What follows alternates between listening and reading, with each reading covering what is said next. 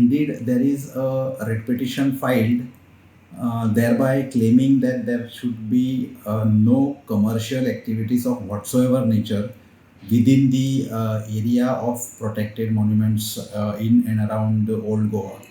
The list is given that all those churches and all those old buildings, etc., which are notified as the monuments, archaeological importance. There are some specific prayers there that any kind of commercial activities, either a temporary or permanent, should be stopped.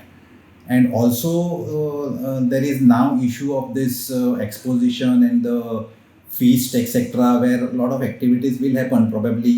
That is the reason why the urgency was claimed in the court. Somewhere next week it is listed. I think 25th it is listed. Archaeological Survey of India is a respondent, Government of Goa is respondent, and Panchayat is also respondent there. In that matter, I actually appear for the Archaeological Survey of India on behalf of Union of India.